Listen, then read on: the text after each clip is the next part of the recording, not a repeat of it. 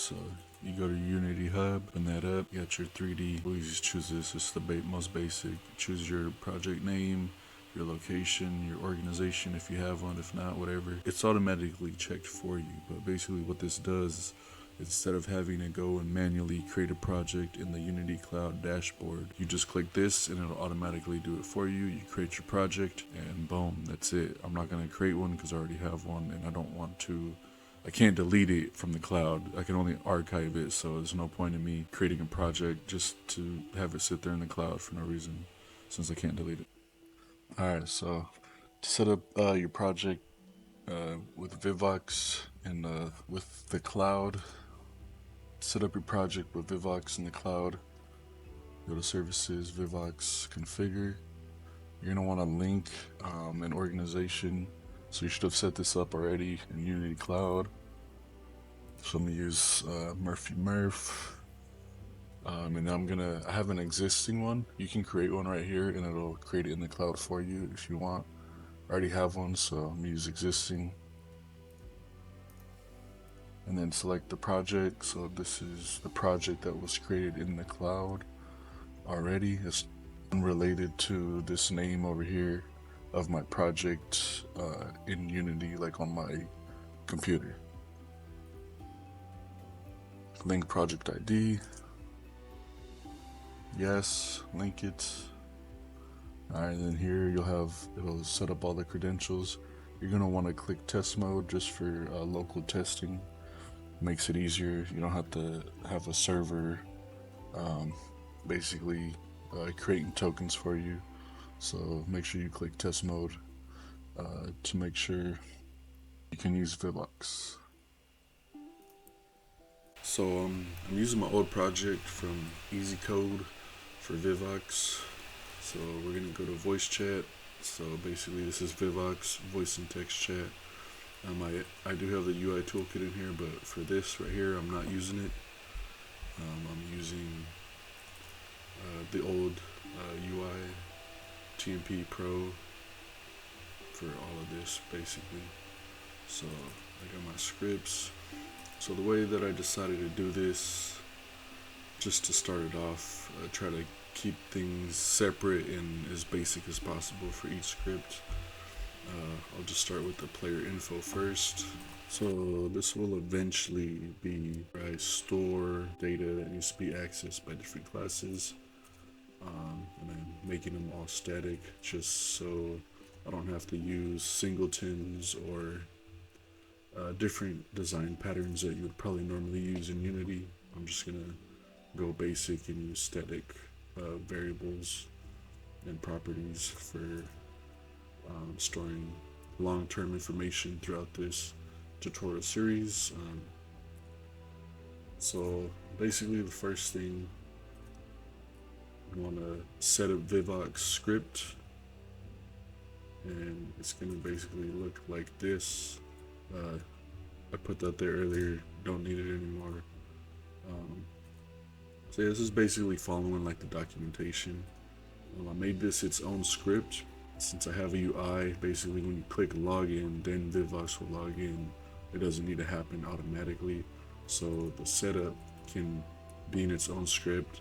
Sets up Unity services, the authentication, anonymous, easiest way to do it while you're testing, and the Vivox service. So you need Vivox and you need the authentication package from Unity.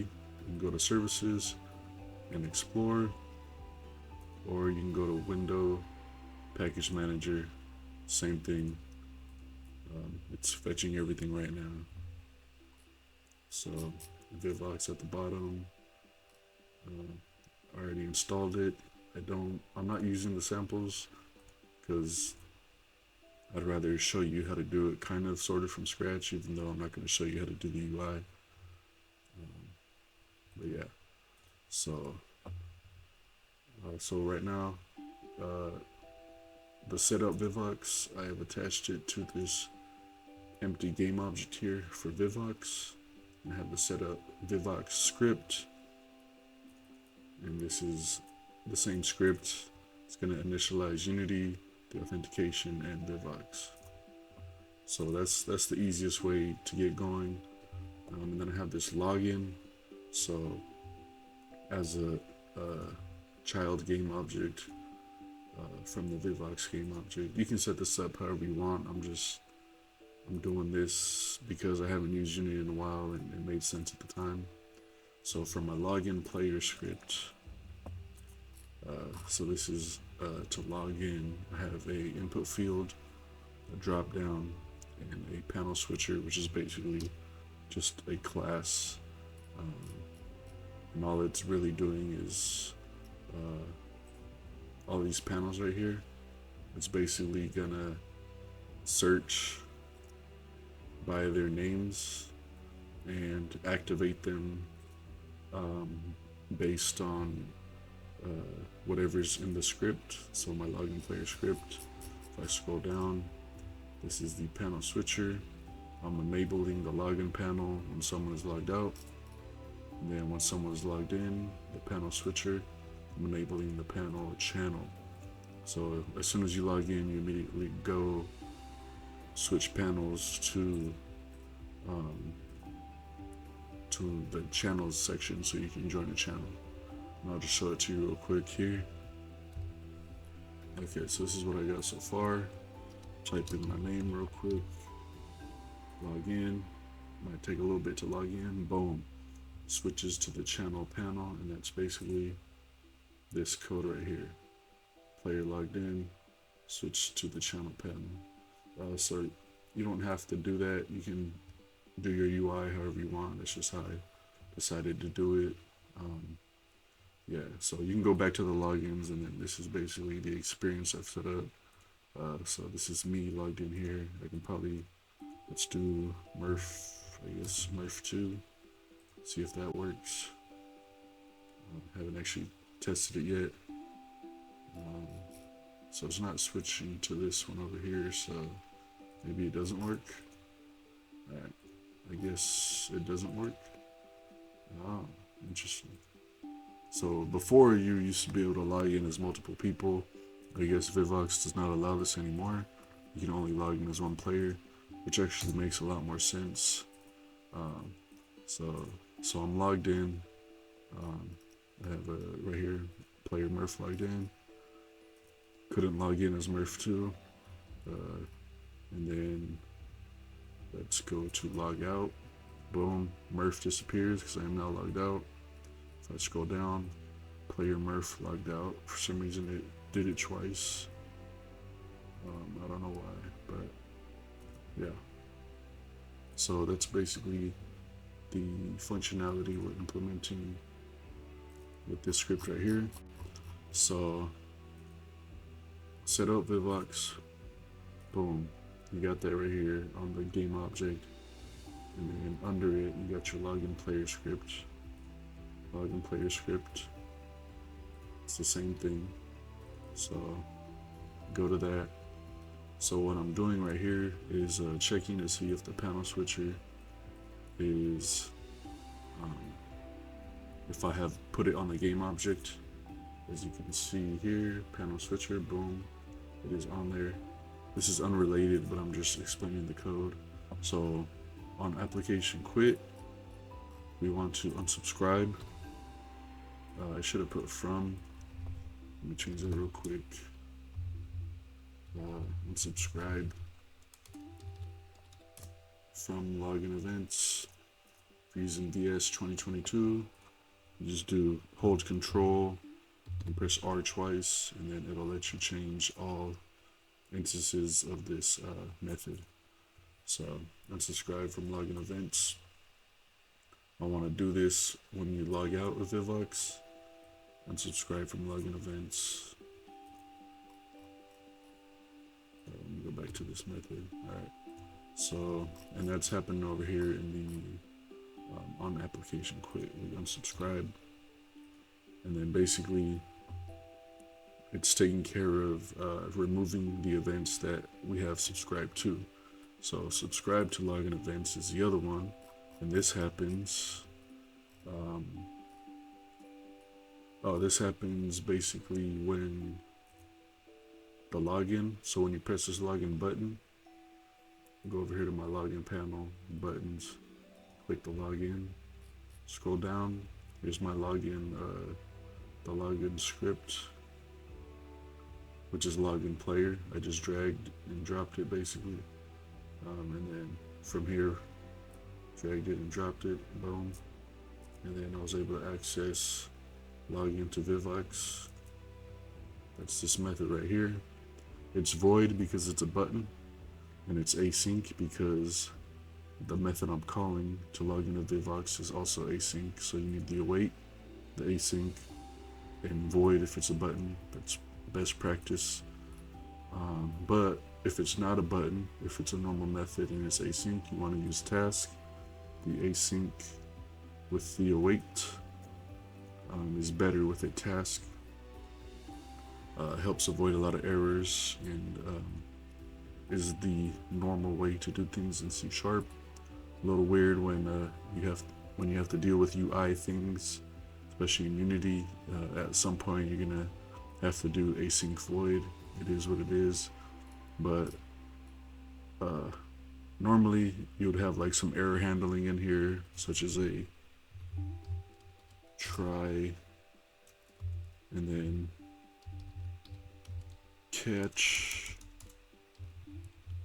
and then you catch any exceptions.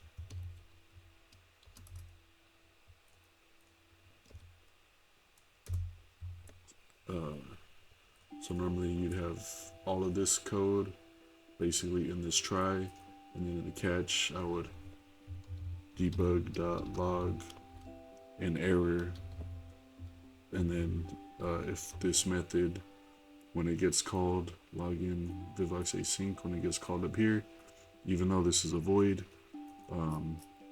any error that happened, I would be notified of it. If not, then it would just be like a silent error. So that's best practice. I didn't do that this time, but maybe during this series I'll start to do that. So we're logged into Vivox async. This is basically following the documentation. You have some options.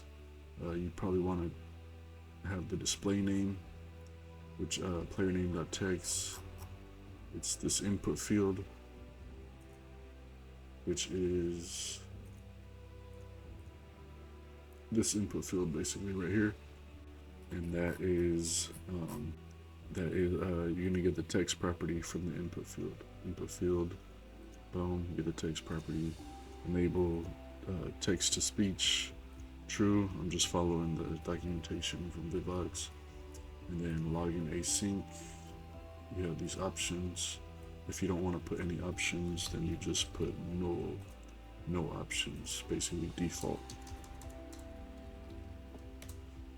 So I'm gonna leave it as the options.